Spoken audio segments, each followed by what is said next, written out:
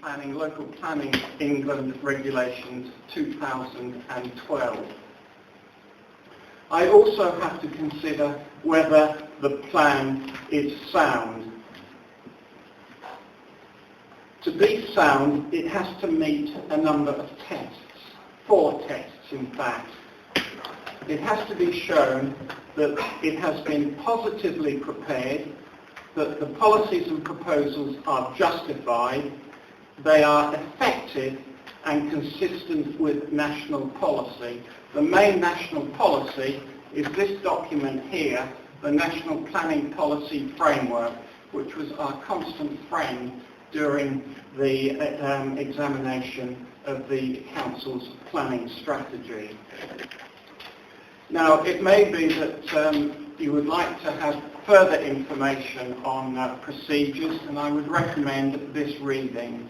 I think we have a copy in the examination library. If not, perhaps one can be provided. It's the publication by the Planning Inspectorate, 2nd edition, August 2009, Examining Development Plan Documents, Procedure Guidance. So that's a useful reference. Now, the starting point is the assumption that the Council has produced what it considers to be a sound plan. And I will expect the Council to demonstrate in its evidence that this plan is sound and does comply with all the legal requirements. Now, people seeking changes to the plan, for example, the deletion of a particular site for housing or the addition of a particular site for housing, will be expected to convince me either that the plan is not sound and or that it is not legally compliant. In other words, that it doesn't accord with the various regulations. And I shall be putting questions to the Council throughout the examination on these matters. Now, changes to the plan can be of 2 types.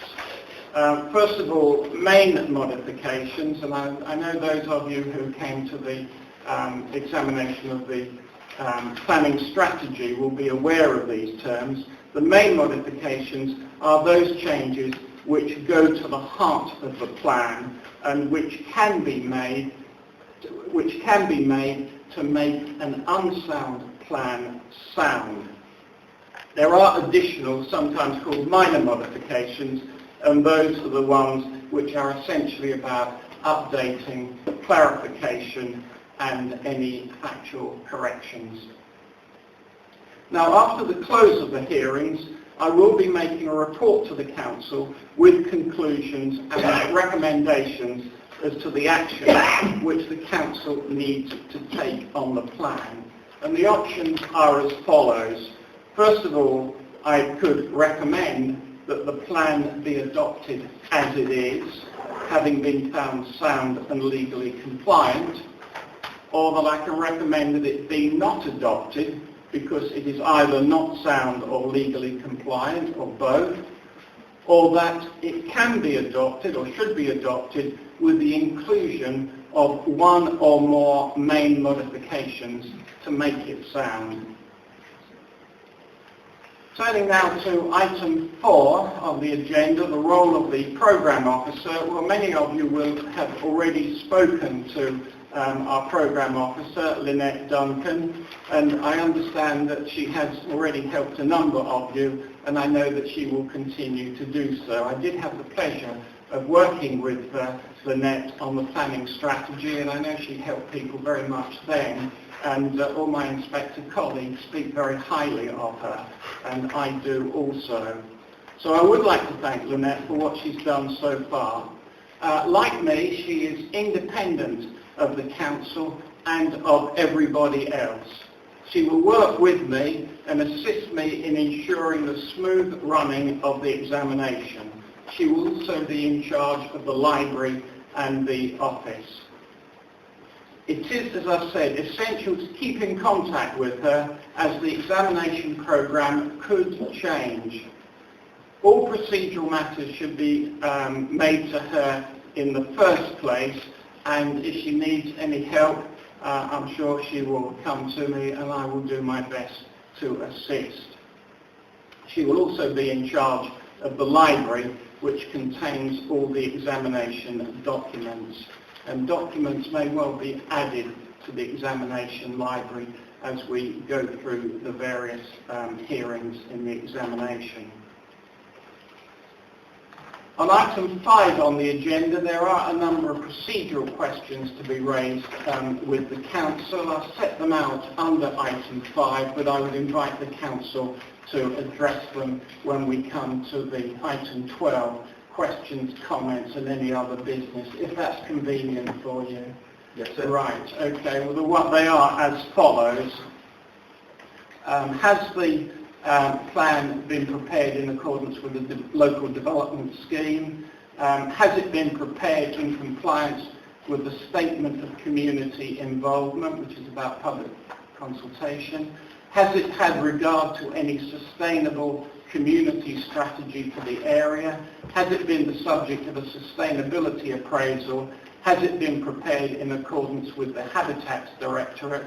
And have all the procedural requirements for publicity been met? So we will come to that later on. And also, has the Council undertaken a self-assessment exercise as referred to in the procedure guidance at paragraph 3.4? That's concerning compliance with the legislation and associated regulations. Right, well, item 6, the procedure prior to the hearings. I want to conduct the hearings as efficiently as possible. I will discourage repetition and asking people all the time to keep to the point. I should be looking to have a short focused series of hearings followed by a short focused report. And these reports under the present system tend to be of about 20 to 40 or 50 pages, and there's a big difference there with the previous system where the local plan and UDP reports went into about 800 or 900 pages. Whether anybody read them or not, I don't know, but there we are. So the essential message of the report will be on the soundness and legal compliance or otherwise of the plan. And that's the focus of my attention throughout, soundness and legal compliance. Now, people should already know whether they wish to participate in the hearings or rely on their written representations, and both methods carry equal weight. Everybody who has so far expressed the wish to take part in the hearings has already, their names have been noted. Still in draft form, still an opportunity to add to it. And it's not uncommon for people who have expressed no wish to participate to be invited to do so. If I think that anybody could help me on a particular point that they haven't asked to come along to a hearing, I could ask them to help me. I mean, basically my view is that if I think somebody can help me in my task, I'm happy to hear from them. I would like to stress that it is the duty of everybody to help me in my task, and in helping me, you are helping the Secretary of State. So please remember that. And in return, I do want to work with everybody to ensure everybody has a fair hearing and to ensure the smooth, efficient and courteous running of the examination. Now, anybody who wishes to take part in a hearing may amplify their original representations on the submitted plan, and they should do that additional statement or submit it in advance of the hearings. An additional statement could also be submitted if a person did not wish to participate in a hearing. In other words, amplify or add to the original written representations. Now, what I'm suggesting is that all these statements, these hearing statements should be with the programme officer by 5 o'clock on Friday the 31st of October 2014. So that would give people at least 3 weeks to prepare them. That is subject to discussion. If anybody has any views on that, obviously I'll consider them. But having set a deadline, a very good reason indeed would have to be given to explain any late submission. Now, all those statements must be within the original context of the original representation and geared to the matters, issues and questions. And these same requirements do, of course, apply to the Council. Now, there is, of course, no need to wait until the 31st of October. As soon as they are ready, it would certainly help me if they could be submitted beforehand, and it gives me even more time to read them and study them and possibly make notes on them so that I know what questions to ask various people.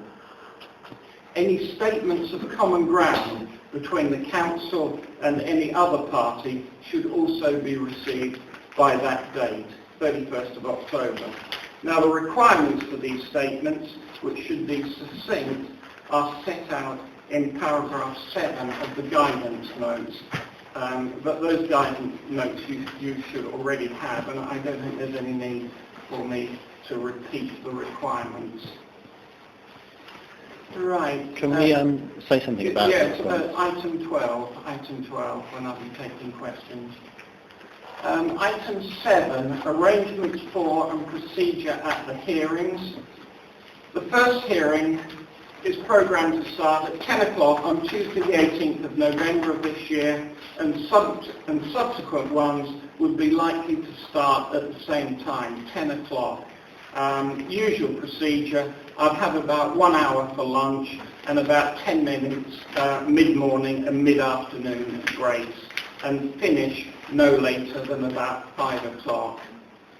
The hearings would focus on the matters, issues and questions, with the questions forming the agenda for each matter and issue. The hearings will be open to the public, although only those who have duly made representations to the submitted plan would be entitled to take part in these discussions. The hearings will take the form of round-table sessions where several or more parties were present, or an even more informal discussion where there are only 2 or 3 people present. The emphasis will be on informality and courtesy, and with myself leading the discussions and giving everybody a fair opportunity to state their views. And also I will allow people to put questions to each other, and also I will also, I'm sure, have questions for various people. Now, people participating can bring professional advocates and witnesses, but it is highly unlikely that there will be any formal presentation of evidence, cross-examination, re-examination, etc., the sort of thing that is normally associated with a formal inquiry into a major planning application. So any advocates who came would be expected to take part in the discussions in much the same way as everybody else. And deal now with procedures for dealing with main modifications, item 8. Any main modifications would have to be advertised in much the same way as the plan itself was advertised. This will give people an opportunity to comment on them. It may be necessary to hold another hearing to give everybody an opportunity for addressing me on the main modifications. And in fact, again, that was the case with the planning strategy, where we had another hearing to consider the main modifications. Perhaps when we come to item 12, I'll invite the Council to explain how it intends to deal with any of these main and additional modifications. I think there's two ways of doing it. You can have a sort of a live document, a schedule of modifications, or possibly an addition of the plan with the modifications clearly marked on it. I don't think it matters which way, really. Right, draft matters, issues and questions. Again, the emphasis here is on the word draft. They are here for discussion. Should they be changed? If so, how? And does anybody else wish to participate in the discussion? I'll leave that again to matter 12. I do in fact have 3 suggested additions to the matters, issues and questions, which I'll be referring to later. Now, arrangements for site visits.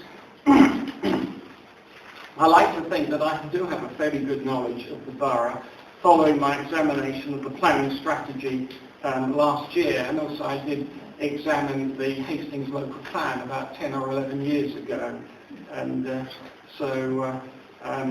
nevertheless it will be vital for me to look at all the proposed allocations together with anything else which is relevant. I would expect most site visits will be on an unaccompanied basis unless land cannot be adequately seen from the public highway.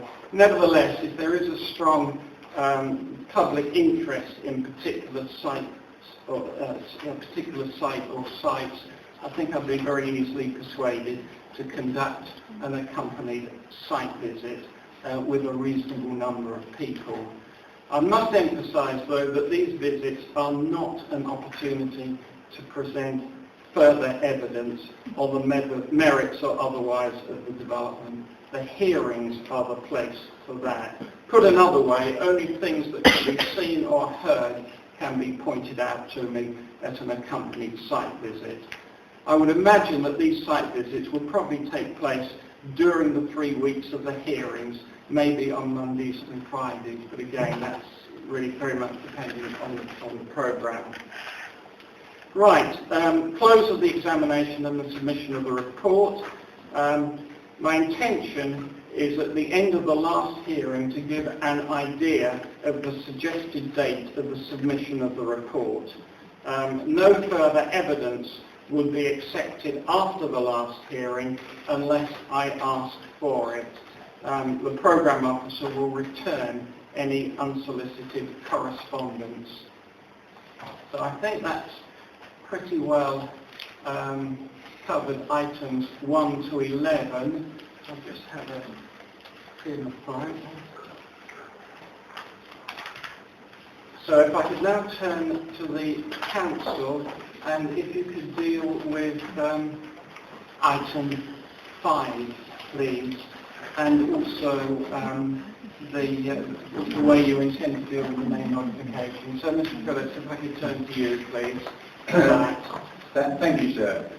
In respect of the procedural and legal questions raised in Council item 5, we will be responding to all of those in the affirmative to my colleague Iona Cameron. To assist yourself and the participants in the examination, we have also prepared a more detailed written version of those responses, which we will make available to the programme officer and on the website. Oh, that's very helpful. Good, thank you. Would you wish to deal with that now, sir, and then move on to the yes, main I think so, yes. If you could just run through these 2, 4, 6 items, and the self-assessment in 3.4 of the procedure guidance. Yeah, just do that. Thank you, sir. Yes, the Council considers that the Development Management Plan has been submitted and that it is legally compliant with the regulations. Can everybody hear? Right. Could you perhaps get a bit... Thank you. Yes, the Council considers that the Development Management Plan submitted to the Secretary of State in July this year is legally compliant with Section 20 of the Planning and Compulsory Purchase Act, the Localism Act and the Town and Country Planning Regulations. It has also been published in conformity with the Strategic Environmental Assessment Directive, as well as Article 6, the European Directive on the conservation of natural habitats, wild flora and fauna, known as the Habitats Directive. In particular to your question, sir, the plan has been published in accordance with an up-to-date local development scheme, known as the LDS. The local development scheme sets out the timetable and the scope of the documents being prepared as part of the Hastings local plan. Page 10 of the LDS lists the purpose of the Development Management Plan as being to identify sites for proposed for development and protection in order to meet the vision identified in the planning strategy. The Development Management Plan will also provide detailed management policies covering a range of issues consistent with the planning strategy, against which planning applications can be assessed. The planning strategy itself divided the plan into 13 planning focus areas that form logical areas for spatial planning. The Development Management Plan then used those focus areas, describing the main characteristics and providing housing and employment allocations to guide development to each allocated site. Some larger sites have also been attributed a design brief. Page 12 of the local development scheme provides an illustrative timetable for each local plan document to be prepared and confirms that the submission of the Development Management Plan would be in the first part of Q2, July to September 2014, and the plan was successfully submitted to the Planning Inspectorate on the 31st of July at the beginning of Q2. During the various stages of the plan-making process, the LDS timetable has had to be refreshed to take into account feedback and extra additional consultation events, such as the publication of the revised proposed submission version. So the latest version of the local development scheme was updated in June 2014 to cover the period to the end of 2017 and was approved by the Cabinet of Hastings Borough Council in July. And copies of the local development scheme are available on the Council's website and also at the Community Contact Centre in the Town Hall of Hastings.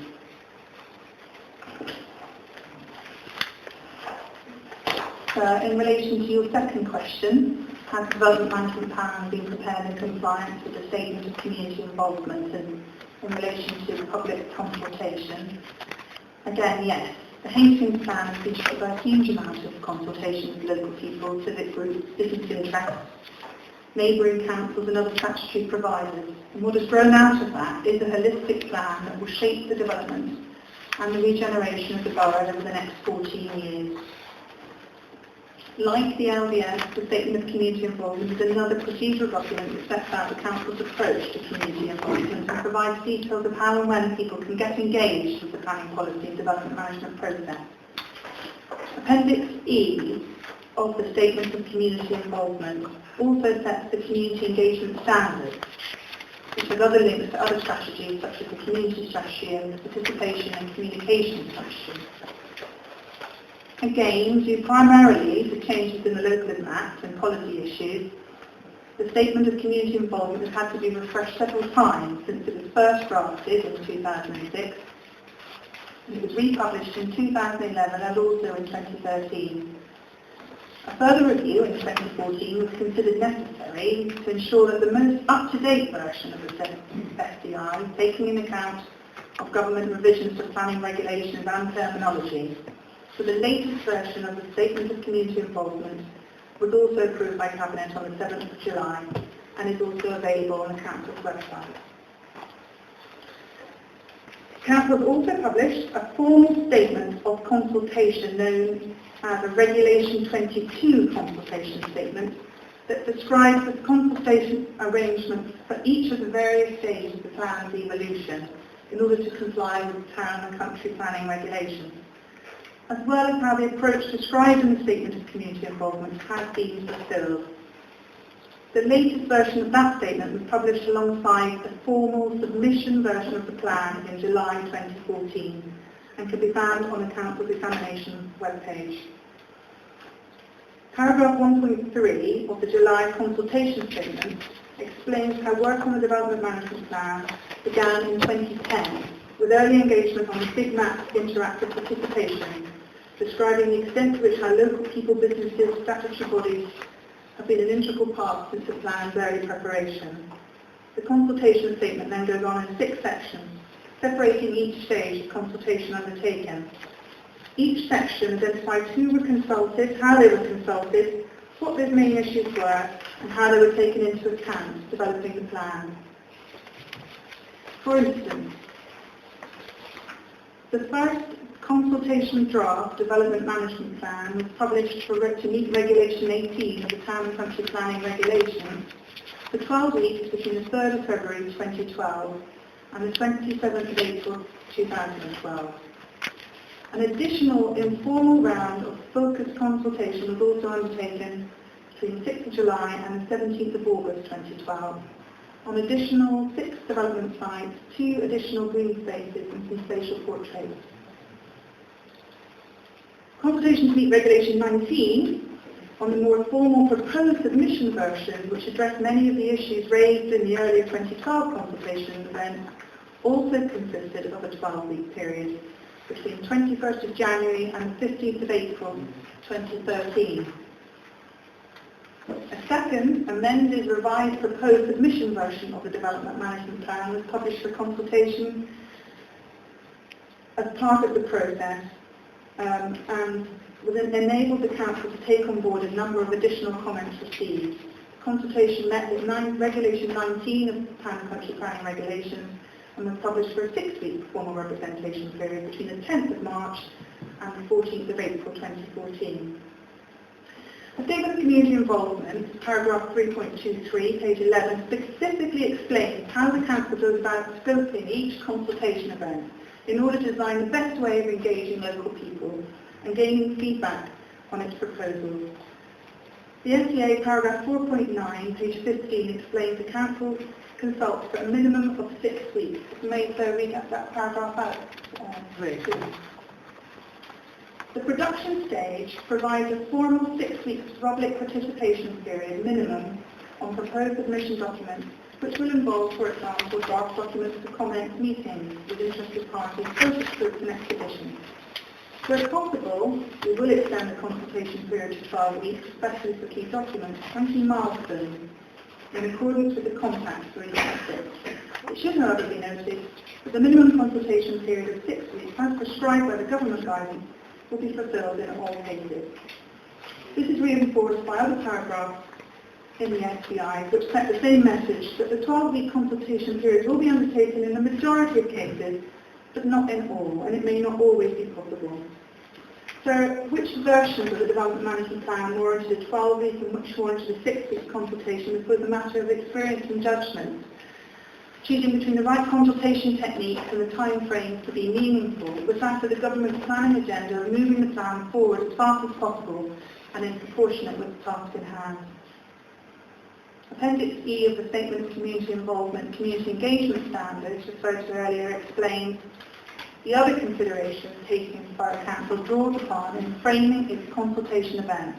For example, and probably of paramount significance, avoiding duplication and consultation fatigue, maximising access and inclusion, and avoiding the technical jargon that might prevent people from participating.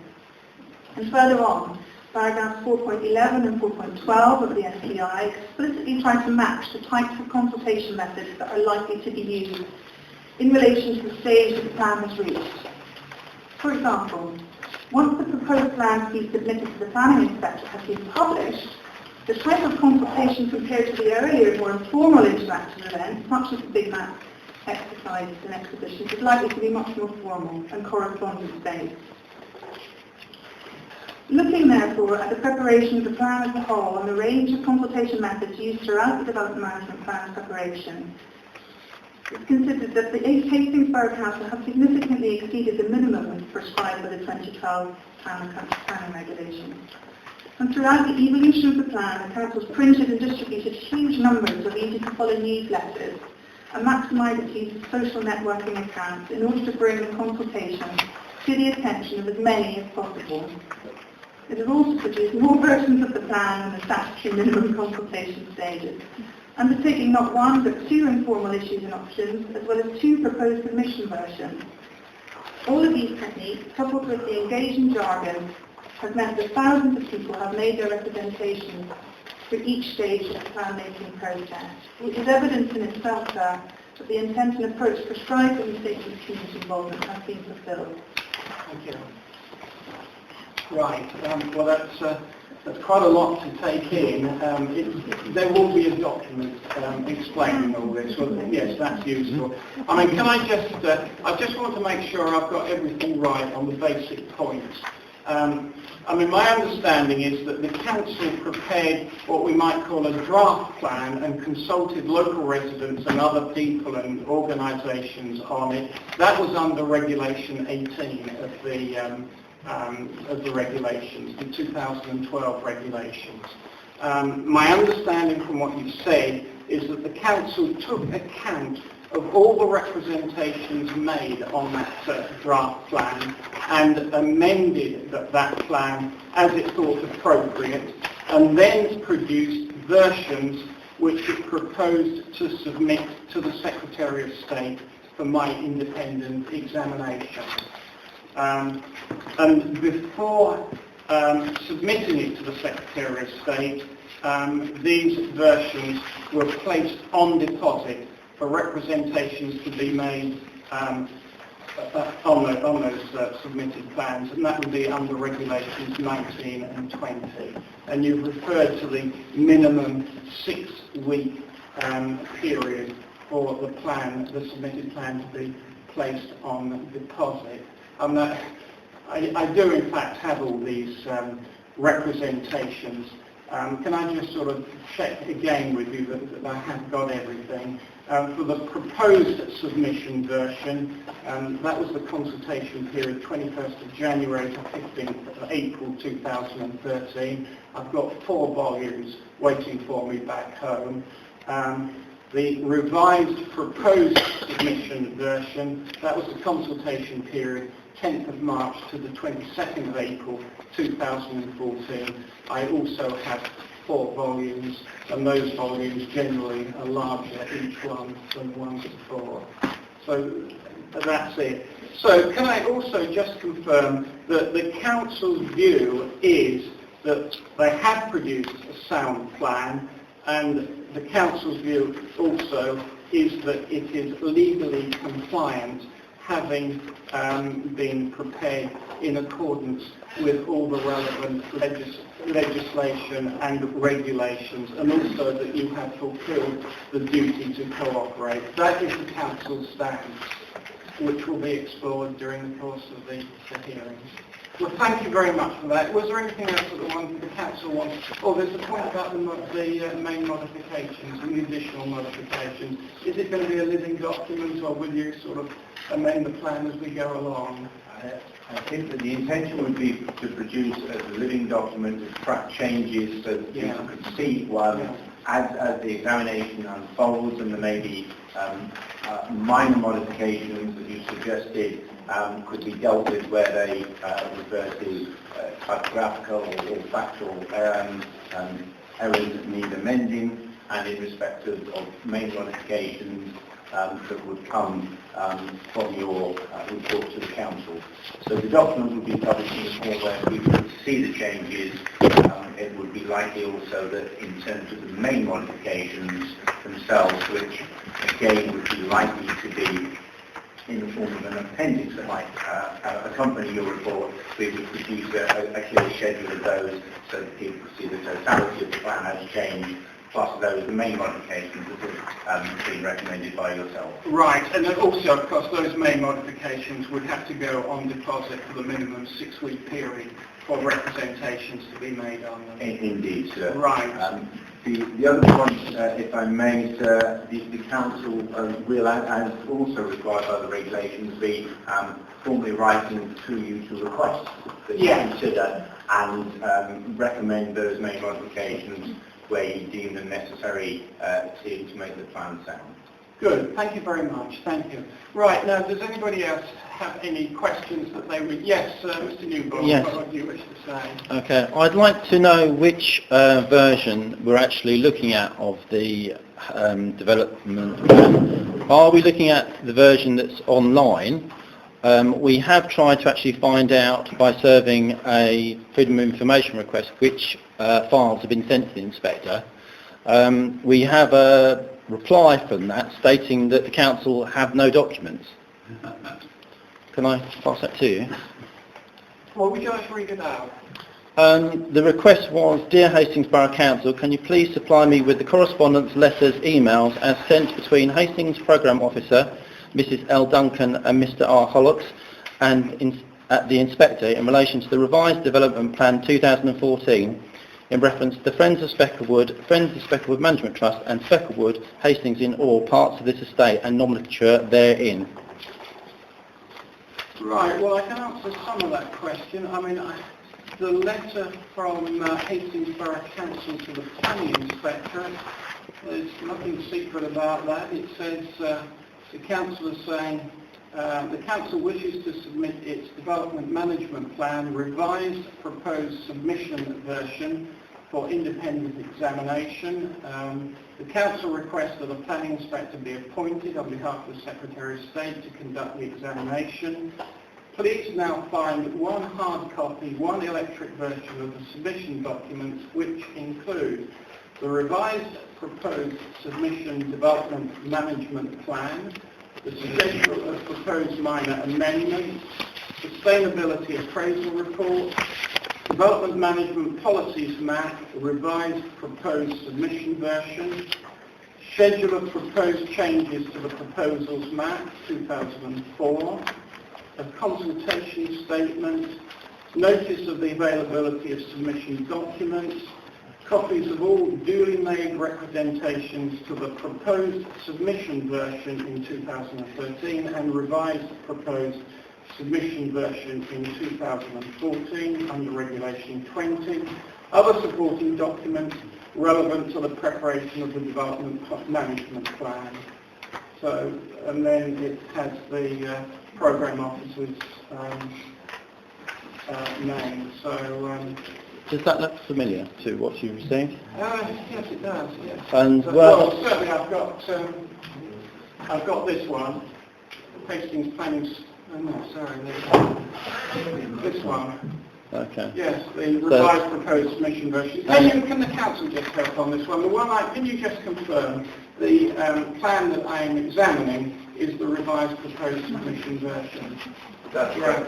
So it's the same thing. Mr. Newbold and the And I understand there are 9 additional documents which you may have in association with this that we were not given when we actually got hold of this version. Well, what I can tell you, Mr. Newbold, is that I have.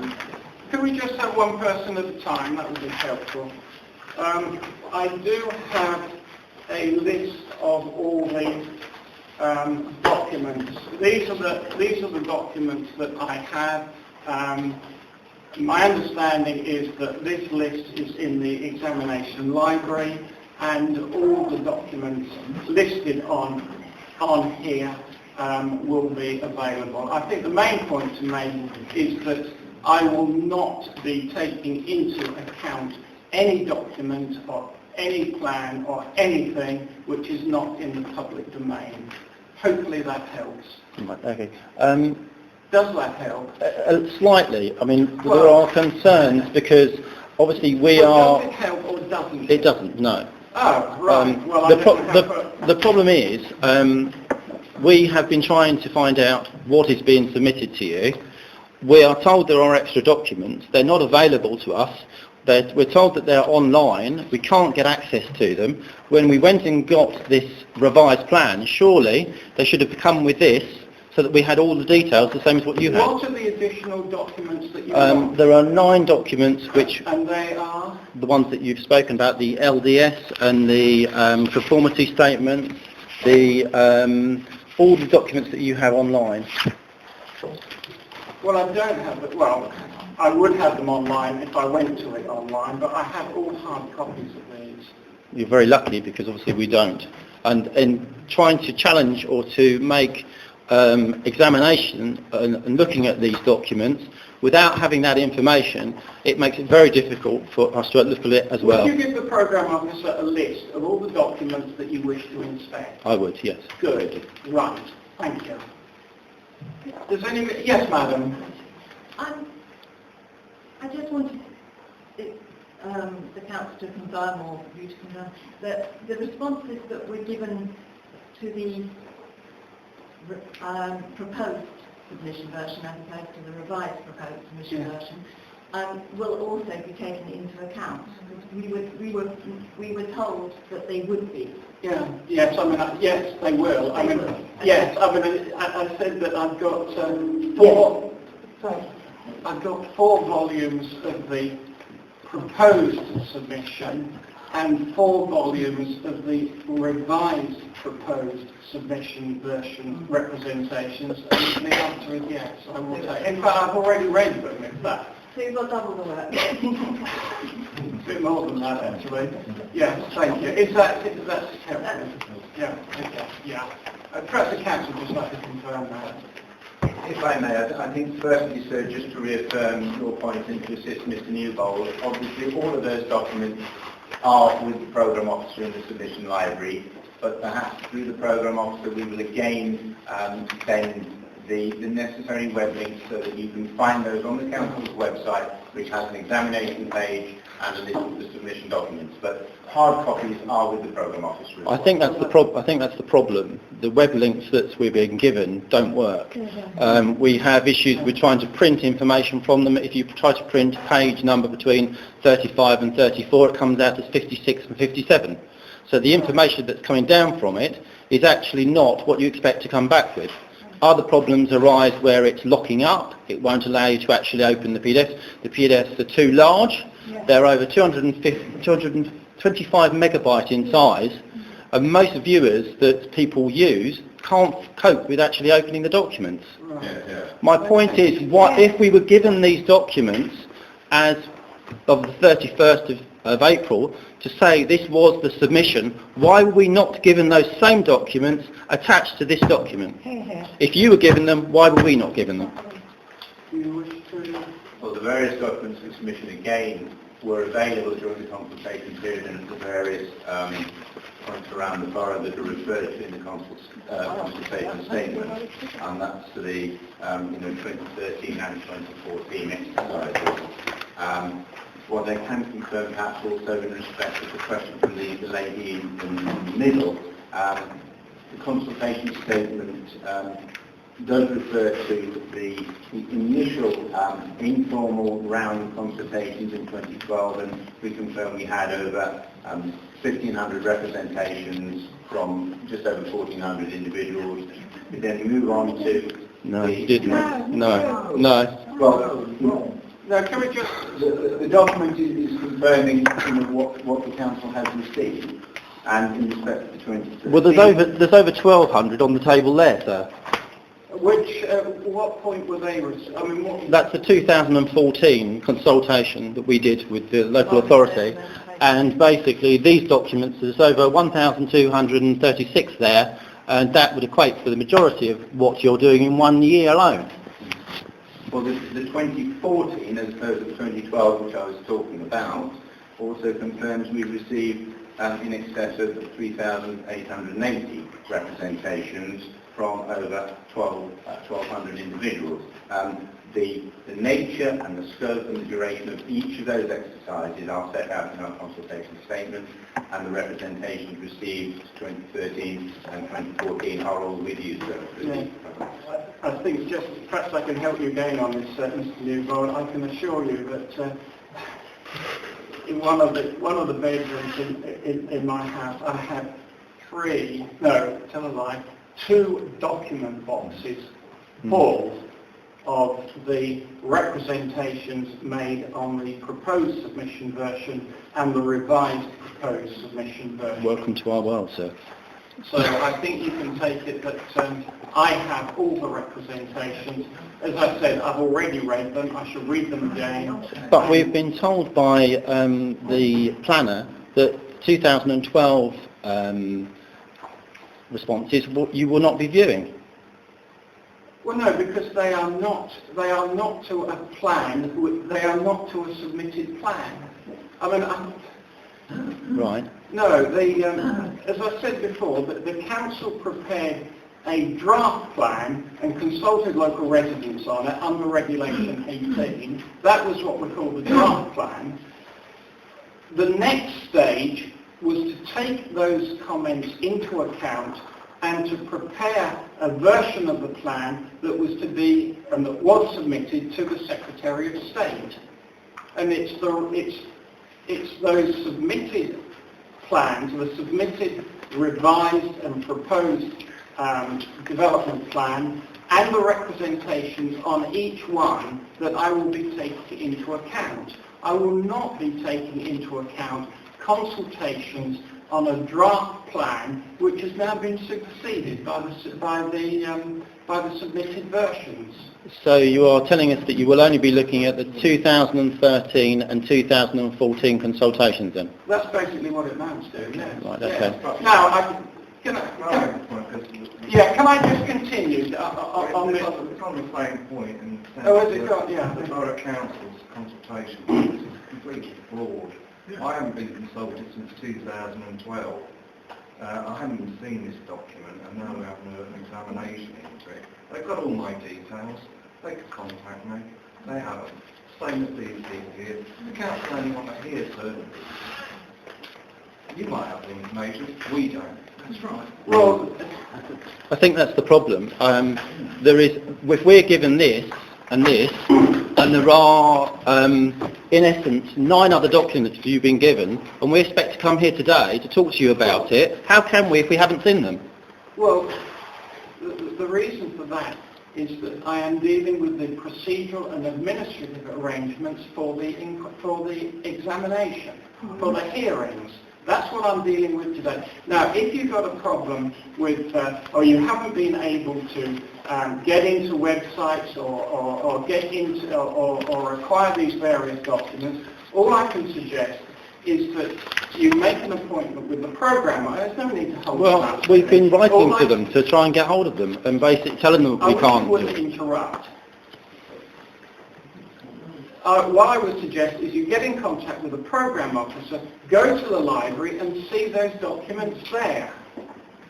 And it does seem that there is a problem with the IT links. Can I ask the council to look again into your IT system and make sure that all these documents are conveniently available for people to get into the documents and download them? Excuse me, sir. Yeah. I personally think you're coming across quite rude because I suppose you're supposed to be impartial. Yes, I am impartial. You I'm don't not say taking that, anybody's You're actually being quite rude.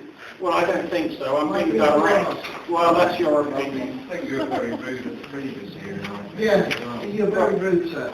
Oh, well, thank you. That's your opinion. That is out of order. That's out of order to say that. I don't think it's that helpful. No, it's not. Well, that's kind of you I to don't think say it's that, helpful. and I appreciate it. Thank you. Yes. Can I turn? Yes, sir. If I could change the subject completely from this. Thank you very much, by the way, for your understanding and explaining everything to very much an amateur, which I am, in such a professional situation. I can speak about that, and I'm not sure appreciating it. Mine is a very simple question. I didn't fully understand the situation with, I am down to speak at the hearings. Yeah. Did I understand that I have to give you beforehand a written submission? No, you don't have to. No. I'm not sure how many hearings you've been invited to, but that's by the way. No, what I would invite you to do is to submit a statement to amplify your original representation within the ambit of the matters, issues and questions that that has been distributed to everybody. So basically a statement of what I will be saying.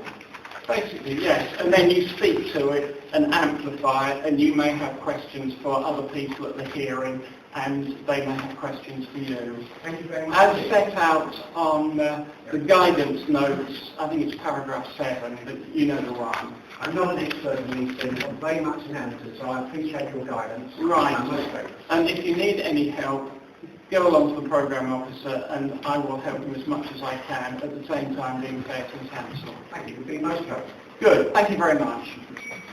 Yes, can I? Yes, Mr. Stevens. Oh, Mr. Hollett, this is probably quite a silly question for those who are skilled in IT work. I noticed that you're supposed to submit 3 hard copies. This extra submission you can do before the end of October. Yes. And they want 1 in electronic format. Well, I am not skilled enough to actually submit what I want to submit in electronic format. It's too complicated. So what can I do? I don't mind hard copies. I can do that quite easily. I believe that's the same for a lot But of I different think people. a lot of people have come to me quite worried to submit the amount of stuff that I've got in Macs as an electronic. Right. But I don't know how to do it and I can't do it. So am I being sort of, prevented now? No, certainly Will you not. take hard copies only? Would the council, would the council be happy if I were to say those who are able to submit documents on the 4th copy electronically are encouraged to do so, but if people are unable for whatever reason, I prefer not to do that, a 4th hard copy will be suitable.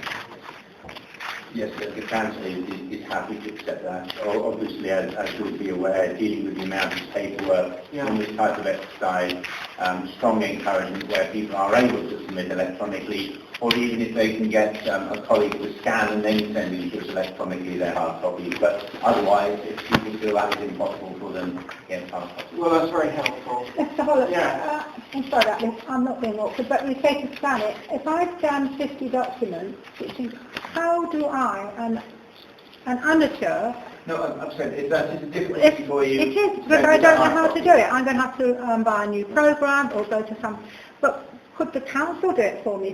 Would they scan it and electronically put it on their system? I have no idea where you start. I can do attachments. Shouldn't the council be providing this service for the public? That, I think the answer to all this is 4 hard copies. You think, is that absolutely, Mr. Fuller, am I guaranteed that they will all be treated and looked at properly? Well, that's when your hard copy essentially goes to... Yeah, I know that. I and understand the council that. to respond to. But you want it in electronic, but you don't mind if it isn't. That's basically Well, that's worried me no end, I can tell you. Because, You have my sympathy. well, look, I mean, Yeah. I'm no expert on IT. I bought a massive new printer, and all of a sudden you're dancing printer, Philip. But to scan a massive thing like that, I don't know how to do that. I don't understand why the public is being asked to provide 4 copies when if they've provided 1 to the council, surely they have the facilities on board to be able to deal with that. It would make life a lot easier. Yeah, I think it would make life really difficult for the council though, and the local ratepayers with all this paper.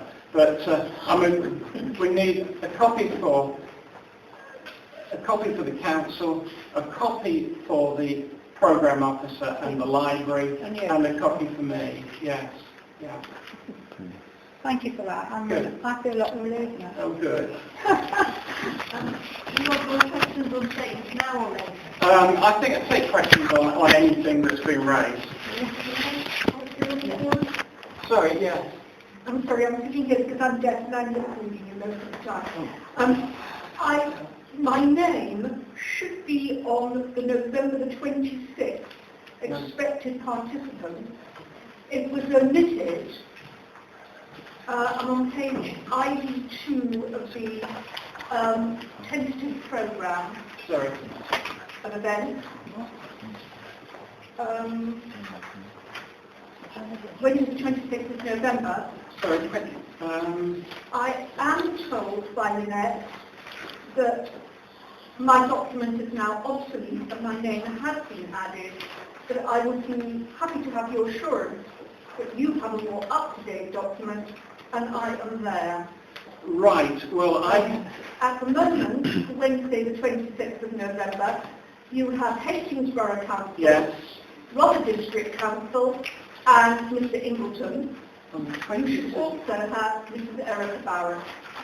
Yes, I have, yes. You're Splendid. representing... I'm reassured. Good. It's 0437, your your representation number, but I have got your name. I'm here now, yes. Yes. I've just been to the number. Right, yes. We will actually. Yeah. So can I just make the point again, if anybody else wishes to be invited to one or more of these hearings, have a word with Lynette afterwards and your name will be included. Yes. Mr. Hollidge. Yes. Can I just clarify for me, as I previously made representations in the 2012 version, I've been included on your agenda to speak, but I've not seen the 2014 version. Am I able to speak about the 2014 version? I'm not sure. Well, that's where one I of stand on this because I wasn't controlled from that one. Right. Well, we've obviously got. We must have the program officer must have a representation from you on one of the submitted versions. So, and I see you are down on the housing. housing. Why do you say that? Okay, Well, there's the second one on the general principles. I'd like to speak on that because you're talking about such effective sales legality, which is issues there. Right. I mean, if your representation was not on the matter of soundness and duty to cooperate, well then it's under. That's. No, I do.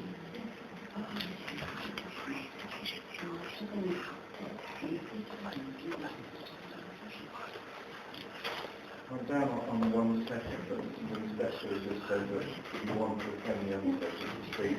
Yes, well, assuming that your representation is about the matters that are being discussed at that particular hearing. Given my previous representations on the 2012 one, in terms of your submission by the 31st of October, do I just update my previous representations? That seems to be what you've said. That seems to be a reasonable way of going about things. Thank you. Yes.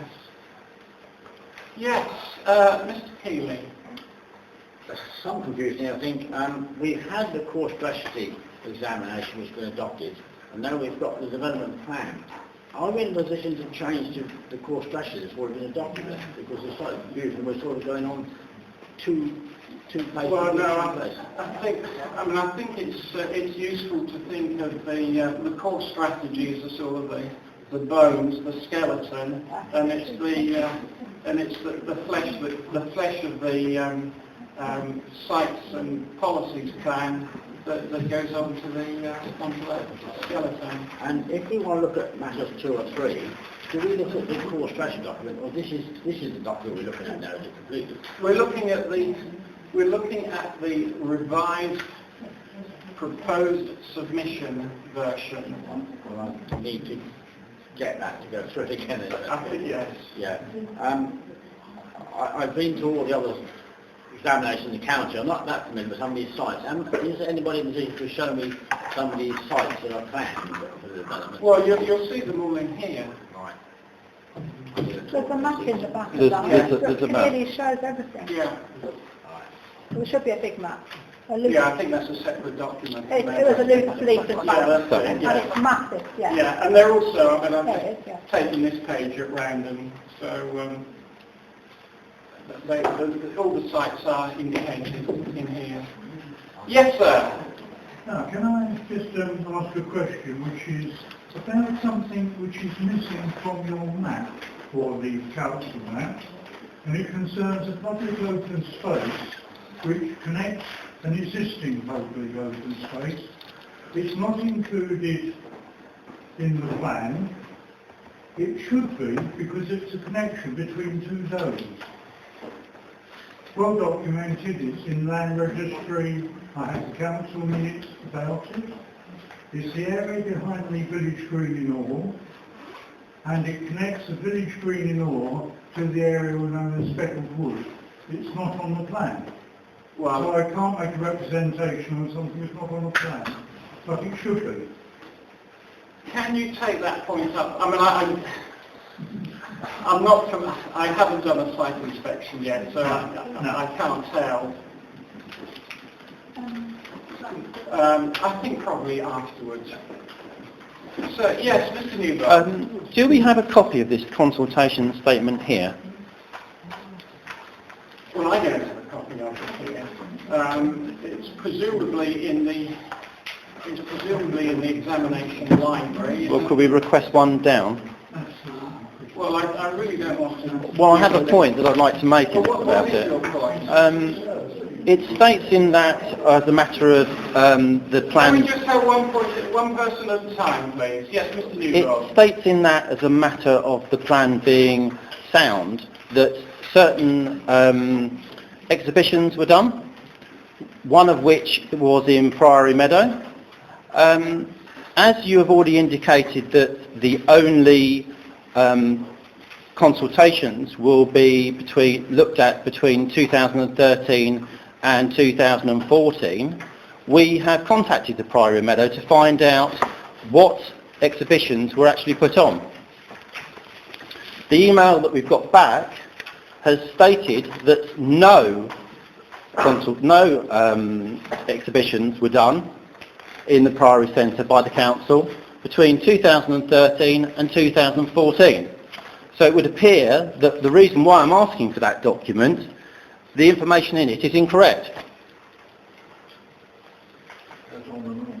Again, if it helps and it stops what might be a rush on the examination library, I can confirm that all of these documents are also available hard copy at the Hastings Contact Centre. So the consultation statement is there. But aren't we discussing this today?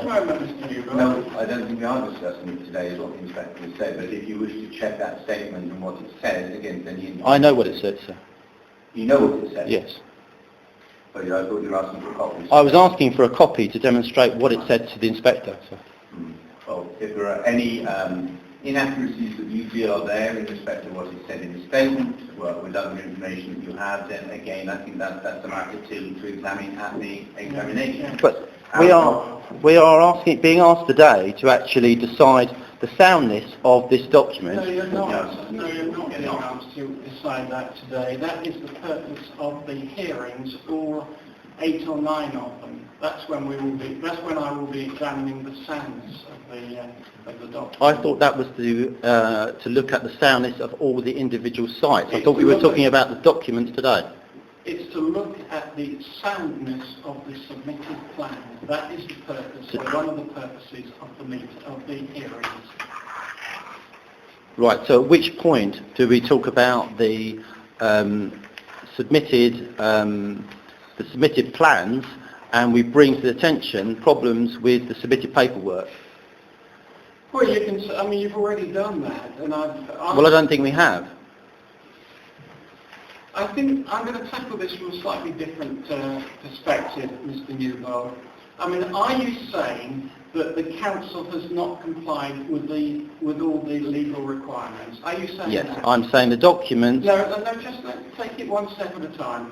Are you saying that the council has not complied with all the necessary legal requirements? That is my belief. That is your belief.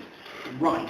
In that case, I would invite you to write to me via the programme officer and tell me which regulation or which statutory requirement the council has not complied with and the extent to which it has not complied with it. I would say to you that I am not an expert in policy documents or policy names. I can only point you to the documents where there are errors in them. I can't tell you whether it is policy number LR9 or LR50. I'm not a specialist. I'm not asking you to do that. I'm asking you to write to me to tell me which regulation, which statutory requirement the council has not complied with. Right. So there we are. Yes, Mr. Stevenson. I'm sorry to be in here. No, not at Mr. all. Bullock, I'm looking at the provisional hearing dates. Yes. And on the first one, general principles, we're going to discuss or whatever. whether the council has complied with all the legal requirements, and in particular this, that and the other, whether it's sound or not. And I note at the bottom, there's only 2 expected participants, that's Hastings Borough Council and Rother District Council. Now, this is one of the most important parts of this discussion, I would think, to say if the plan is legal, if it's sound, isn't it, and all the rest of it. And yet we've got only 2, they have only 2 groups attending. When I would have thought that everybody here would perhaps should attend that, because I know from my own personal experience that most of the people I speak to say they don't think it's sound. Well, and you've only got the 2 councils down, sorry, not you, there are only the 2 councils down to attend. Well, I think this is ridiculous, because obviously they're both going to say, yes, it was legal, it was sound. There's nobody else from the public on this list. Why is that? Well, can I say that the first document that I think you're referring to there, that was a first stab at preparing a draft matters in issues and questions. Right. Since then, the programme officer, in her usual efficient way, has written to everybody asking them if they wish to appear at the hearings, and if so, in which ones.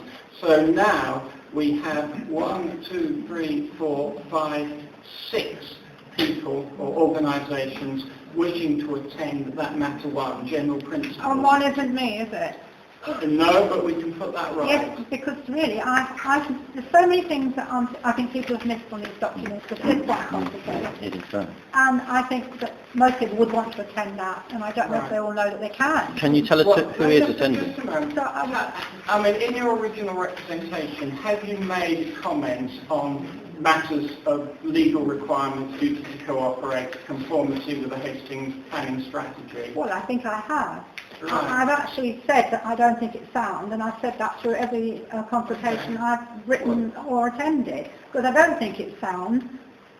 And I think, to be honest, not that it's probably relevant today, but if you go online, I think 99% of people have said it's not sound, for various reasons which you don't want to hear today, do you?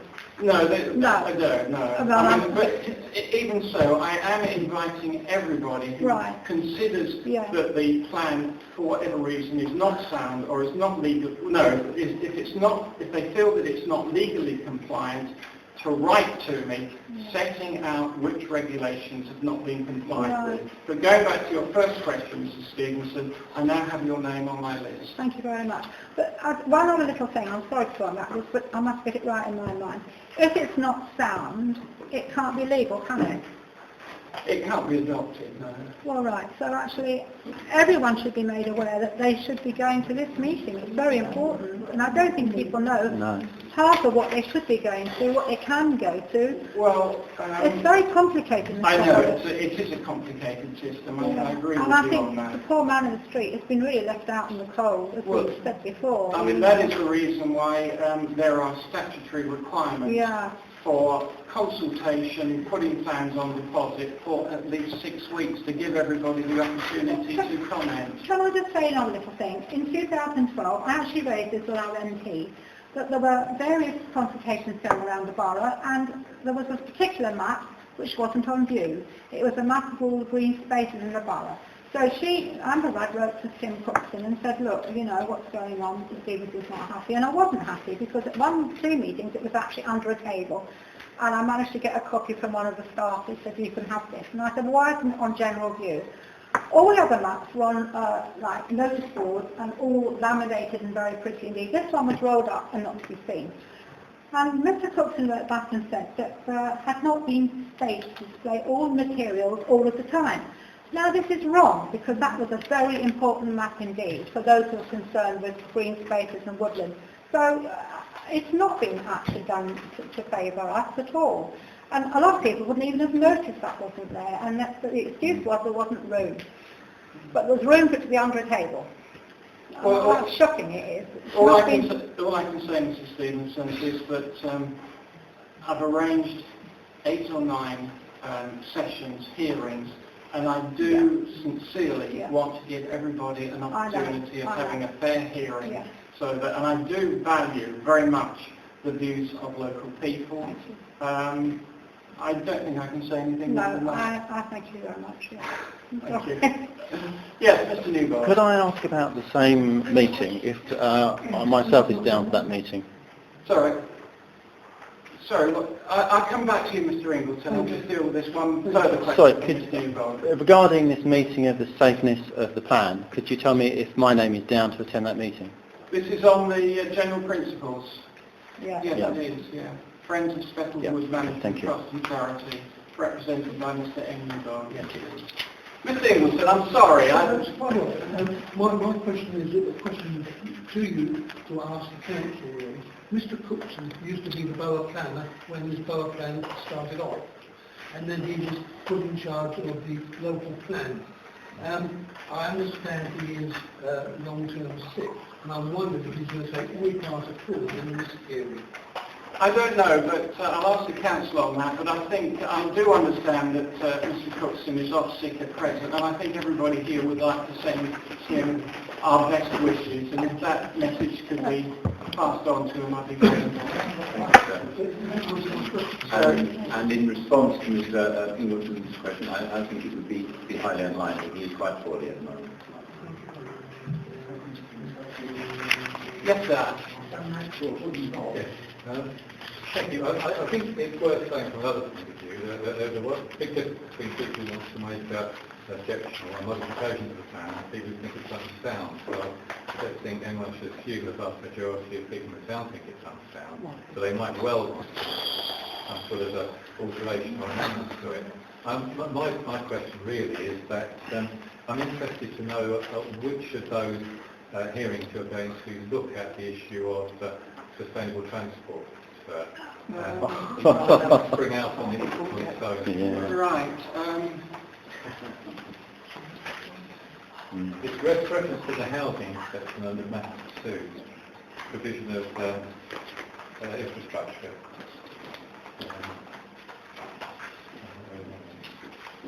Right, I'm just trying to find my...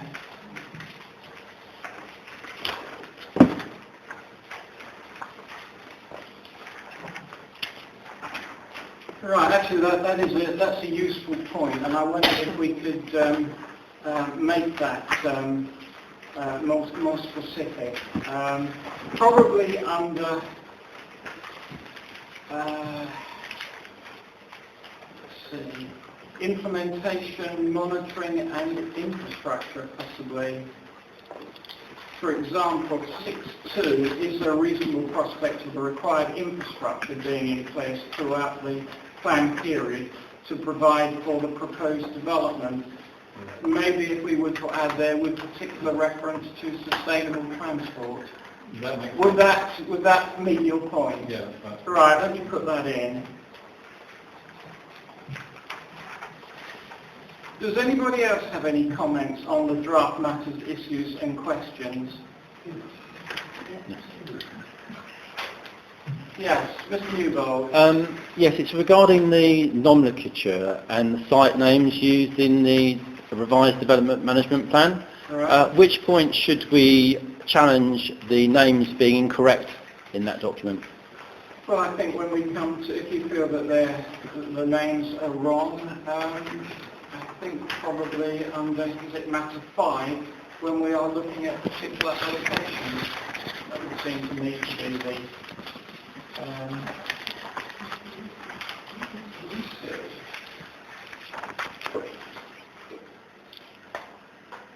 probably Wednesday the 3rd of December. Is that the one? Yep. So I think if you've got any comments. But I mean, I think the main thing is, as long as I know what sites are proposed to be allocated, that's the main point. The point I'm trying to make is unhelpful when you're trying to do a consultation, because if you're using the wrong site name, i.e. you're saying that one site is in, for example, Clive Vale, and it's not in Clive Vale, it's very difficult when you're trying to consult on that site, and the information is not where it is. Well, you can make that point. I mean, presumably you'll be coming along to the meeting on the 3rd of December when we're looking at focus area 12. I think, is that right?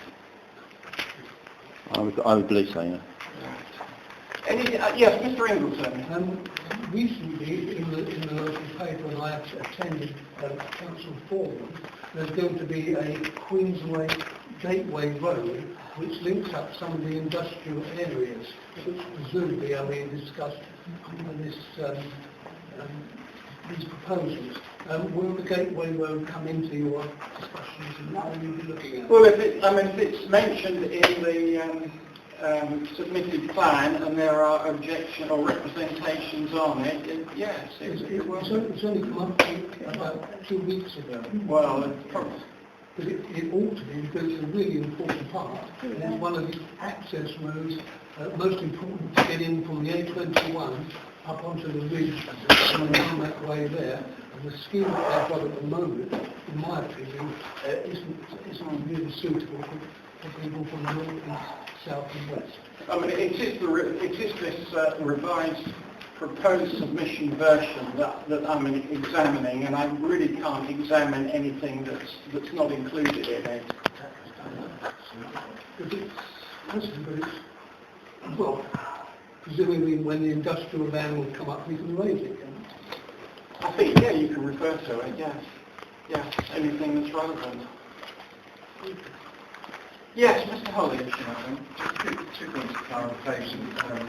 Going back to what some of the other people have said, looking at the programme officer's letter, I think it's a bit ambiguous, but I assume that by coming to this meeting today, we could register with as to which items we wanted to talk about at the forthcoming hearing. Can we still do that? I know you've added some names, but there are areas that I would like to speak on if I give my name to. Yes, I mean, so I assume that the draft matters will get published after. Yes, they will be, yeah.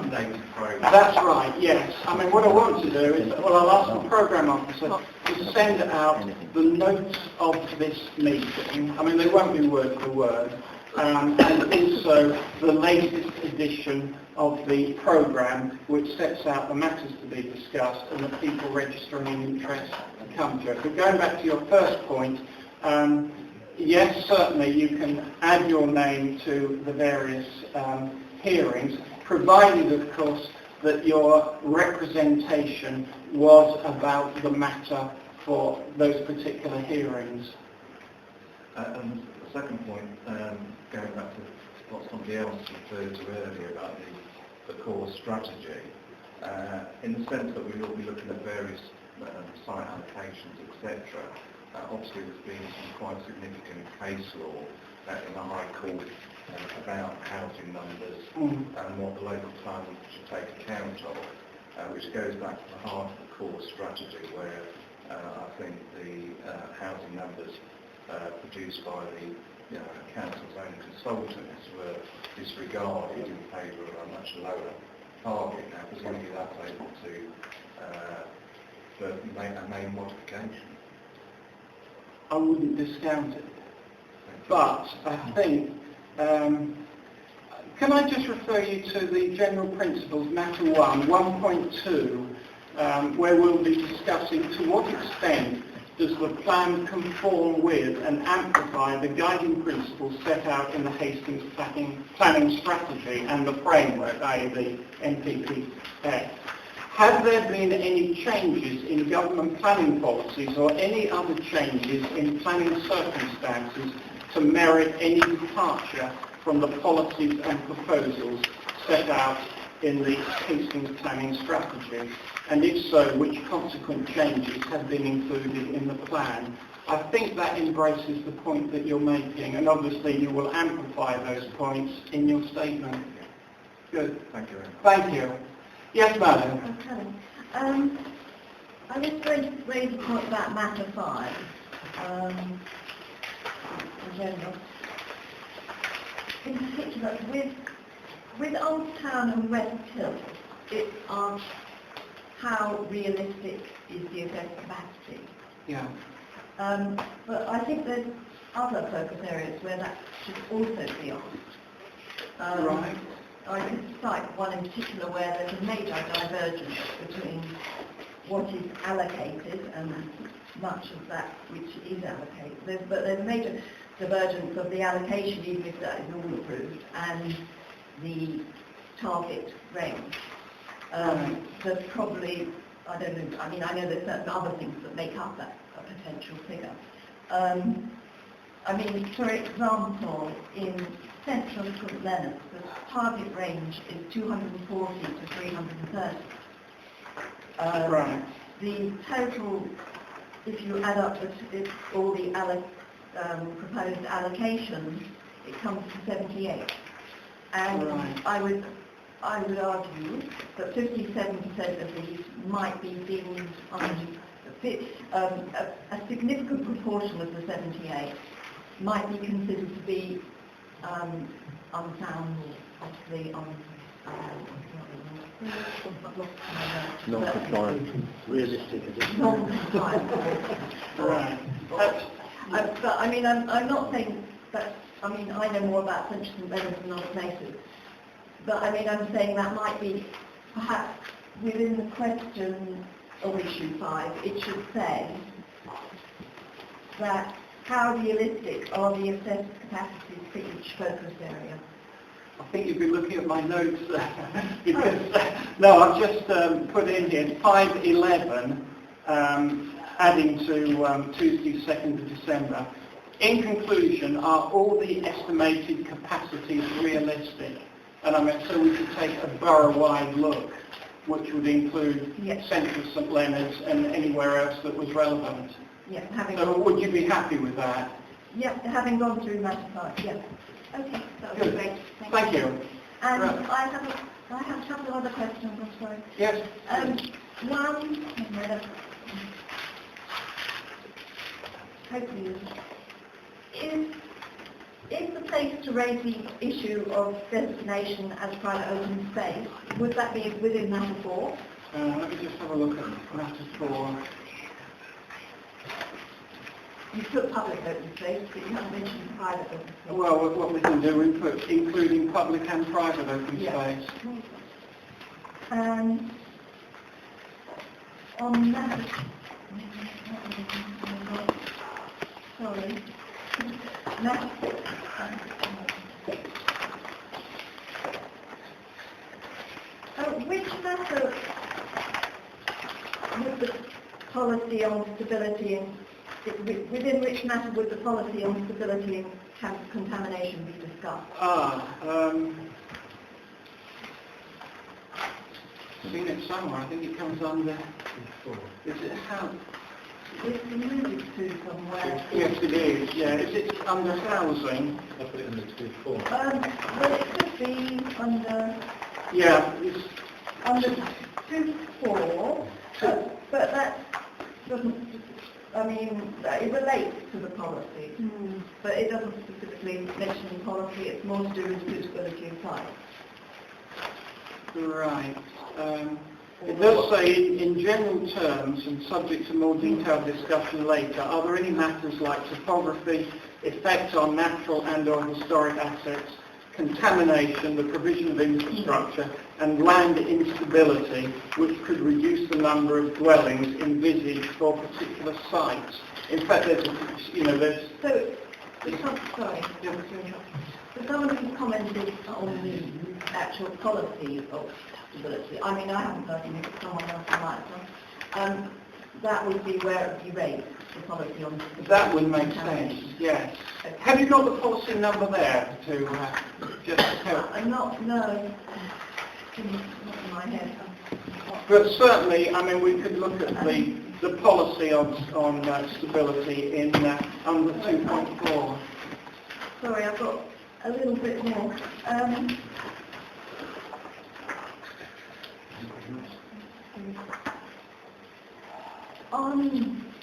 Excuse myself. I'll go back first on my page.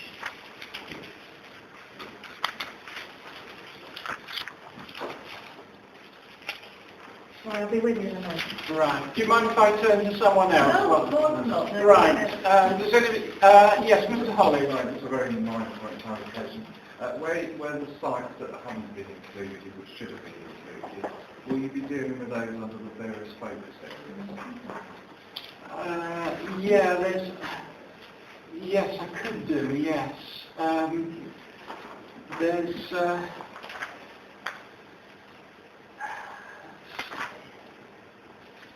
can't find it now, but there is a reference to... yes, 2.4. When we... To what extent might the plan fall short of the provision of housing required of it, and what would be the consequences in terms of alternative sites to provide for such shortfall, and which sites is or are possible candidates?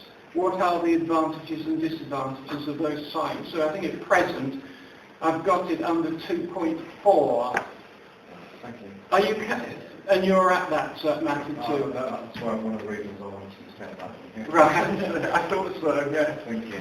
Yes, sir. Coming straight in after that, if there were any suggestions for additional sites to be considered to include, it's really important that also comes up under the focus sort of session for that particular area. What we don't want to see, those of us that are concerned about sort of additional sites being added, is that we don't lose the opportunity to hear what's being said when we're looking at that area. Good point. Yes. So, can you leave that with me, and I'll make an addition to these focus areas. I think that means there's going to be a bit of double counting on that. Are you happy with it? 2 sessions. Right, yes. Well, then obviously you must come along to matter 5. So we'll have a 512 alternative sites. Right. Yes. On the same point, before we go back to the lady, on the infrastructure, at which point will we need to be discussing the capacities of the infrastructure and whether the suggested housing, what impact that will have on the infrastructure, and whether it's capable of actually coping with that extra housing? I think we'd be looking at that when we're looking at individual sites in the focus area. Right, okay. That would be, Okay. yeah. Yes, I mean, if you say issue 5, whether each and every proposed allocation has a realistic prospect of contributing as envisaged to the borough's assessed housing and employment needs consistent with environmental and other considerations. I think that probably covers the point. Thank you. While we're just looking at the matters, issues and questions, I did have 1 or 2 additions of my own that under 2.3, and this follows a letter that has been received from Mr. Pickup of Town and Country Planning Solutions. And what I would suggest is that we add to 2.3, are the policies sufficiently supportive of development, or do they include too many restrictions, e.g. policy DM3? But again, that will go into the revised matters, issues and questions. So there's probably no need to make a note of it now. The other one was 2.6. Does the plan suitably carry forward the provisions of the Hastings planning strategy and the framework for affordable housing and special needs? And I'd like to add to that, and is there sufficient provision for self-build, which has been in the news quite a bit lately? And then, under 3.5, under employment, economic development of town centres, I'd like to add to the matters of vitality of town, district and local centres, to what extent could or should the plan provide for the additional 20,500 square metres gross floor space for comparison shopping in Hastings Town Centre, and for an additional 2,800 square metres gross for retail warehousing, see policy DS3. And matter 4, we've got the reference to public and private open space now. And 5.11, In conclusion, are all the estimated capacities realistic? 6.2, we've got particular reference to sustainable transport, so I will get that matters, issues and questions amended. Are there any other questions that people wish to raise?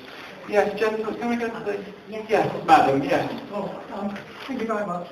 With respect to the question that I was going to ask about the road, the new road connection that's going to take place, to get from the bridge onto the A21. Right. It does in fact very much affect a whole lot of proposals in here for ridge development. So I can't see how you can sort of say, well, it's too late to be included, because its impact will be very much on the on planning proposals in here. Well, could you have a look at that? Yeah, my point was that if the proposal, the road proposal, is not in the revised submitted plan, obviously I can't comment on it, but certainly if it's a planning circumstance that could have implications for the proposed allocations, then I can look at it as part of deciding whether the allocations are realistic. Okay, so you want a submission on that basis? If you wish to, yes, yes. Anything that's relevant on these particular proposed sites. Thank you. Yes. The other thing is coming back to the statement. First of all, some people made statements last time with the planning strategy document. And if the statement is relevant to the arguments you're putting forward with regard to the development management plan, would one have to resubmit the whole statement, or could one just refer to it? I think you just refer to it. Because you can access it. Actually, probably a better way of dealing with it is to attach the previous submission to the planning strategy as an appendix. Yes, but do you once again have to do your 4 copies and your hard copy? As long as it's hard copies, I don't care if it's 10 copies. Thank you. Or at least, I mean, at least 3 copies. At least not 3. necessarily, I mean, electronic copies, I mean, for little people, perhaps. That's the way, that's not... If you can do one copy electronically, that's fine. If you can't, we're not going to pull out over it. And another point regarding that is, if one wants to refer to various Hastings Borough Council documents,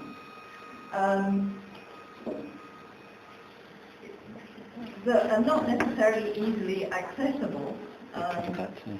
For example, a couple that we got through Freedom of Information requests. And one's an internal working document, but it's actually a very interesting document. It's St Leonard's Conservation Area Character Appraisal, draft 2007, authored by Nicholas Antrim. And that's a very interesting document. But it's not easily accessible unless you know how to access the requests and responses and what dates it's at, and etc., etc. I mean, I don't particularly, or my mother, whomever, don't particularly want to reproduce that whole document, because council, they could just put it up. Right. They could just put it up as a consultation document or whatever. I mean, and similarly with the Central St Leonard's Regeneration Framework, October 2005. Is it, I mean, are these documents that could be placed in the examination library? So I don't see any reason why not. Why they can't be. So we will, if those are 2 specific documents in the library, we will try to arrange that to the programme officer. Okay, wonderful. So if I write to her and let her know the precise names of the 2 documents. And then if it's in the examination library, there's no need for you to have copies of it or copy pages. Just say in your statement, please see page whatever it is. Quote from it or whatever. That's right, the reference to the page, etc. Okay, wonderful. Good. One more thing. Sorry. I come back. I think that's it. Thank you. Right, yes, Mr. Newman. 2 points. One about the link road. That we have been told previously that the housing allocation numbers are very tight. If the link road information isn't taken into the plan, that's going to have a huge benefit on the reduction on the housing needing on other sites. So if it's not included, how can you physically decide whether the allocations for each site are justifiable when they could be given to another area? Well, I've got to look at each site and look at the council's proposals for it and take into account everything that is relevant in deciding how relevant or how realistic the allocation is in principle and how realistic it is in terms of the suggested capacity. Okay, does that include all capacity, i.e. information which is not present in the development plan as well? Because obviously there will be new housing space on this link road which would benefit some of these areas in Hastings which are tight to actually find housing quotas. If it's not part of this plan and it's not part of this discussion, how can you physically discuss whether a site allocation is correct for a site if you've not got all the information? Well, that's where I rely on you to provide the information and the evidence that will put me in the best position to decide on these matters. Okay. My second point is to do with map legends. Map legends. Right. Yeah. Initially, on our maps that we received from the original documents, the map legends were actually quite good. We've been told the new map legends, which are being used on some of the 9 documents that we haven't seen, don't overlap anymore. We have dark green shades. If they have particularly a part of a woodland which is ancient, now it's a green slash and you can't tell whether it's ancient woodland and another policy number. It's good on the original mapping we've got, as I said, but I understand that on the additional information it's not identifiable. This is good on here. There's dots on there, and on the online 9 documents that nobody's seen, apparently it's been changed. Exactly that, the online version should be identical to that which is submitted as per the proposal map. Yeah, this is what I'm talking about on here. Yes, those documents obviously at that scale, so will not have the accuracy that these would at the larger scale with the They don't even have a legend. No, sure, but the problem is the new legend colours that you've used, when you overlay them, if you're looking at an area that has both a historical presence and maybe a green space presence, you can't tell whether that area has both or single or one. So isn't the answer to go to a larger scale map? Possibly, yes. Yes. Yeah. Are there any other questions? Any other questions or comments? Comments? Yes. And you are Mr.? My name is Roger Collier, and I did make some representations in 2013. And I wonder, this is amusing, interesting, educational perhaps. I wonder, in light of your answer about this proposed road in the Queensway area, what's the purpose of all of this activity? Does it matter what you think? You will make a judgment about the Development Management Plan, revised submission version, maybe revised submission version number 3 as the plan goes by. Does it really matter what you think? Or do these people go on the council carries on regardless.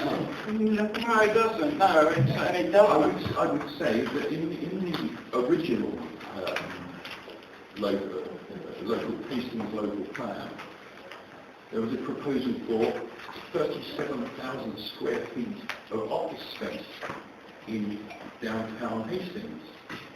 There was a proposal for that. This plan has not been adopted yet.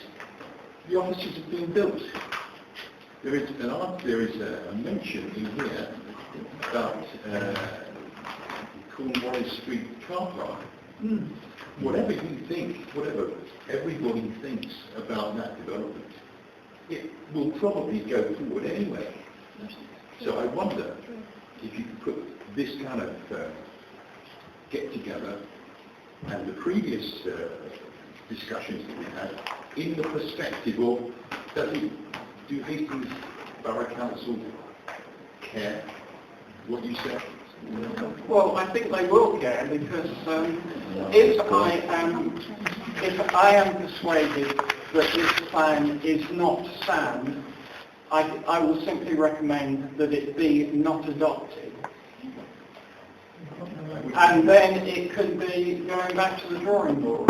So it is this is an important procedure, and I have to be convinced that it's been prepared, the plan has been prepared in accordance with all the legal requirements, and also that it is sound. You just mentioned earlier, and this is my conclusion as far as I'm concerned, that you were here 10 or 11 years ago. Yes, it was about that. You looked at a similar procedure as is going on now. You mentioned that there was a plan called a string of pearls. Yes, I do remember that. And what happened to that? And does it matter that nothing happened to that? I think one of the there was a plan before you, sir. Nothing happened to that, which spells badly for the implementation of whatever plan is put forward. We can take into account those errors in the past. I will take into account all the representations which have been made on the revised proposed submission plan. But certainly, I mean, my recollection, I may be wrong on this, one of the pearls was the Hastings Station site, and there's been quite a bit going on there. Yes. Yes, Mrs. Stevens. Mr. Hollett, I have to agree with this gentleman behind me, because we only moved here in 2006 from London. And obviously I got the local plan 2004 for our own advantages. And I have to say, reading it, I'm appalled. Because this gentleman is correct, and I have to say he's very correct. There's so many things in that 2004 local plan that were completely ignored, overridden.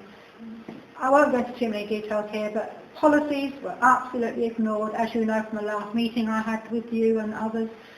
One of the policies I was told was just background text, policy NC10 with ancient woodland. This, I fear, will happen again. And it's very concerning to see that for all your close examination, your detailed skills look at this, when you leave this place, when this is finished, I guarantee you that those policies will be ignored again. Even though there's caveats about mitigations and this and that and the other, the developers will get the first pick, and all those lovely policies will be ignored. And it's happened with the 2004 plan, and I've noticed it's happening now. Even as we speak, there are sites in this book that have been built on, and it's finished. All I can do, Mr. Stevens, I know. All I can do is to do my level best to give the council, to equip the council with the best tools that I can think of to do the job. That's appreciated, but I say, like I said, when we moved here in 2006, we got the local plan 2004, and looking at it, I thought, well, that can't be right. That doesn't make sense, because this was agreed, and it's been completely flouted. And I'm saying this today with Benham, and I don't know, I'm so angry about it, I can't tell you. It's wrong. It's wrong. Okay. Can I just agree with that point as well, because I think there is a certain issue that plans are not being followed. A case in point is something that happened in 1930, Hastings Development Plan, which, I'm glad you have. Even before 1930. It is, but again, we are looking at changing this infrastructure to this infrastructure, to this infrastructure, to this infrastructure, this policy, this policy, this policy. Is it benefiting it at all? Because it isn't. If we're doing this and the place is already being built on, what is the point of all this? And there's more than one. Yeah, I suppose the answer to that is that the development process, the planning applications, they're not held in, they're not sort of put in storage while a development plan is being prepared. I mean, the nature of development is that it goes on. You can't say, no, we're not dealing with that until a local plan has been produced. I mean, you have to do the two things in concert. And I mean, the general principle is that the further a local plan or a development plan has got along the process towards its adoption, the greater the weight that you can put on it. But at the same time, you can't say we're not going to allow anything until a local plan has been adopted at some time in the future, whenever it might be. That's the general approach. Yes, sir. Yeah, coming in on that, a couple of different aspects, to be honest. There are two things in the plan I'm particularly interested in, which will change things for the better in terms of protecting a large area of open space and creating a network of sustainable transport paths, cycling, walking. Now, a lot of people here probably are very cynical, if you like, about the responsive planning process in Hastings, but the importance of this plan is it gives clear policies which we can argue for, and that's where you use a political process to try to ensure that council does keep to the plans that are in here. So I think there is an importance in the plan, it shouldn't be ignored. Yeah, I think the other point going on from that is that every planning application must be determined in accordance with the development plan, unless, as the Act says, material considerations indicate otherwise. So your starting point in dealing with a planning application is the development plan. And in general terms, the sooner it's adopted, the better it is, the better the situation is. Yes, Mr. Ingleton. I just want to say the 2004 local plan, Hurst Court, which was a building of considerable worth, it was said that if the site was to be developed, Hurst Court was to be converted. And what actually happened was that it actually got demolished, and it's still a building site, and there's still another house that they want to put on it now. So if they didn't convert it, and they should have been local plan, it shouldn't be a building site that they've been building on, and they could have no one coming on Wednesday. I'm just saying, we had you saying that it ought to be done like that. Yeah. We had a further inspector said that it should be retained, but it got demolished. Well, I can't comment on that. Right. Anything further from anybody? Yes, Mr. White. If you don't mind me saying so, the whole borough plan, as stated and documented on your map, is totally inadequate, terribly unsound, and there's tons of evidence that it should be chucked out and unadopted, and we start again and do a proper job. A sixth form boy could have done better than that. Yeah. Honestly. Well, as I say, I'll be examining it. Yeah. First I'll try your picture. Right. Yeah. About saying you wish to appear at hearings. Is there going to, you said there might be an extra hearing. Yes. So we can't say whether we want to appear at that until we know about whether that hearing. Well, no, we don't. No, the point I was making is about the main. It was about if I find that the plan is unsound, but it could be made sound by one or more main modifications. That wasn't my point. No, it was much simpler, I think. No, it was basically, you said in relation to the total housing targets for focus areas possibly being unrealistic, that you might have another hearing regarding that. Focus areas other than just West Hill and... No, I'm sorry if I didn't make myself clear. Okay. No, what I suggested was that, I've got to find it now, let's see.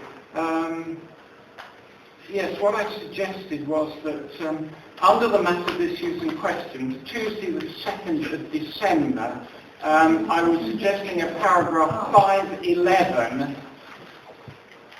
11. Yes, no, but the issue I raised was with regard to other focus areas where it appears unrealistic. I mean, I presented you an example. Yes, 511, I put, in conclusion, are all the estimated capacities. Let's put in all the focus areas. Yes.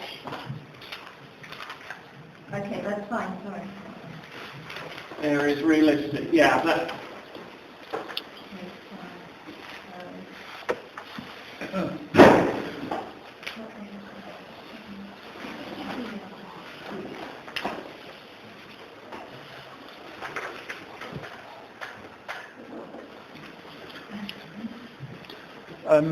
yeah, just let the lady finish. Sorry, what? Oh, right. Yes. Okay, yeah. It's just, I'm confused about what we are supposed to be sending to you if we believe the parts of this development management plan are unsafe. Yes. Right. Sorry, you said that we need to give national policy or some other information. Can we get some help with that from the either from the your assistant, or if we email you, will you give us some help with understanding what policy it's in breach of? I can't, no, I mean, as I say, I'm totally independent. I mean, it would be quite wrong for me to help you or anybody else in preparing. But we don't have the information to be able to say it affects this this part of the plan, and it's not legal because it's not legally complying with this.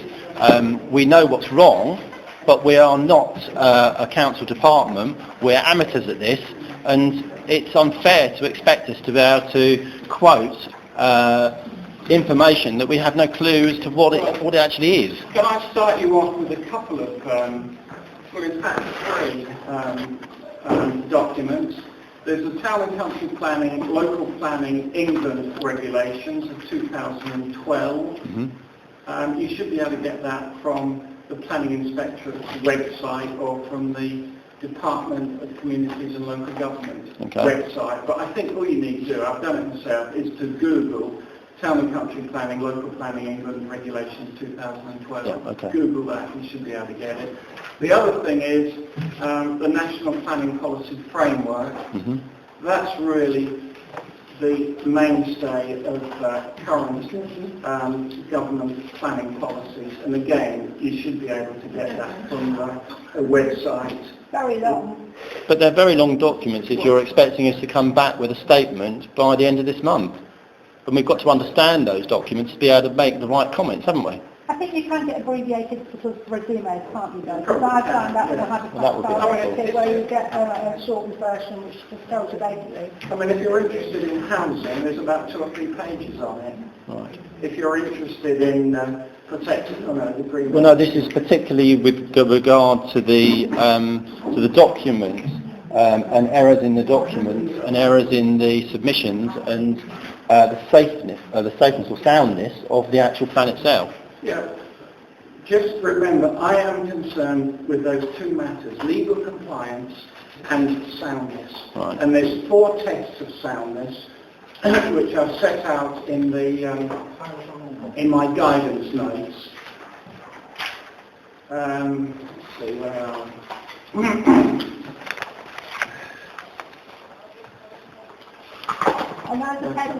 Is that the ID1, ID2?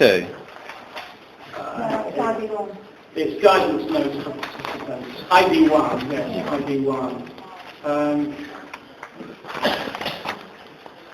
can't find it now. I think it's on page 1. Oh, hang on. Yeah, that's okay. Yeah. Yes, that's it, yes. In considering whether it is sound, I will focus on the test of soundness set out in the National Planning Policy Framework paragraph 182, so that's the first reference. But I've set the tests out. It must have been positively prepared. It must be justified, effective and consistent with national policy. And you will also get some help on what 3 of those tests mean in this document, which is also available online. I mean, are you saying that the 31st of October is too short a period? I mean, what's everybody else say about that? It's a bit, is it? It's quite tight, yeah. Right. What's the council's view on that? 31st, because I mean with you, you've really got to answer everything, so... Yes, sir. I mean, that is the date that the programme officer has previously provisionally stopped, so we have endeavoured to gear up to be able to provide by 5 p.m. on that day our answers to those matters and issues. Obviously, there's 1 or 2 amendments and additions to those matters that have come from today's discussion, which would entail a little bit more work, but I would not see any difficulty in meeting. Right. Yeah, well, that's helpful, but I am concerned about... I mean, additionally, with due respect... I am concerned about people who have other commitments, work commitments, etc. So, I mean, the problem is, if we put it back to Friday the 7th, giving everybody an extra week, that makes it a bit tight for me to read everything within 2 weeks. That's the problem. I mean, the alternative is to push everything back by a week, which would then mean that we would, Christmas. But, I mean, I'm a bit doubtful about the hearings going on until Friday the 12th, quite frankly. Mr. Hollis, I've got an idea. Have you? Good. If we keep the date as it is, and we just send in what we think is what we are worried about, that shouldn't be too difficult, should it? And then at the hearings, that can be sorted out, Well, the only thing is, I really want to be well aware of what everybody is saying before the hearings. That's why it has to be done before. I'll tell you what we could do. I think there's one way around it. We could say that everything for... This is getting a bit complicated, but everything for the first hearing must be submitted, or the first week of hearings must be submitted by Friday the 31st. Yeah. Everything for the second week of hearings must be submitted by Friday the 7th, and everything that's dealt with on the third week of the hearings is submitted by Friday the 14th. So that's of November? Of November. Gosh, that's getting complicated. It is getting a bit complicated, but it gives you more Does that time. not mean 3 statements, though? Sorry? Does that not mean 3 separate statements? No. You'll have a statement for each of the matters that you want to discuss. Okay. Right. You could do that in one, couldn't you? With your... It seems sensible, yeah. So It does seem sensible. It does seem sensible, yeah. It's a great idea. Good. Okay. Well, I do want to help. I do realise that you have other commitments, and one does one's best. One more point. It's back to 5.11. You propose that's where you review. Yes.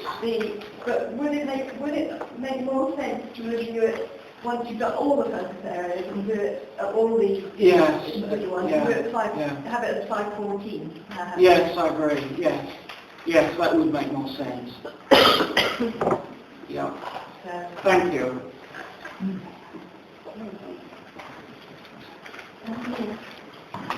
Yeah.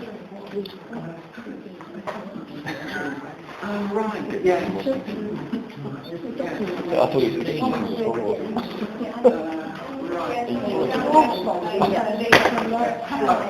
You followed him. I have sent in my submission in hard copy. Thank you, Annette. Yes.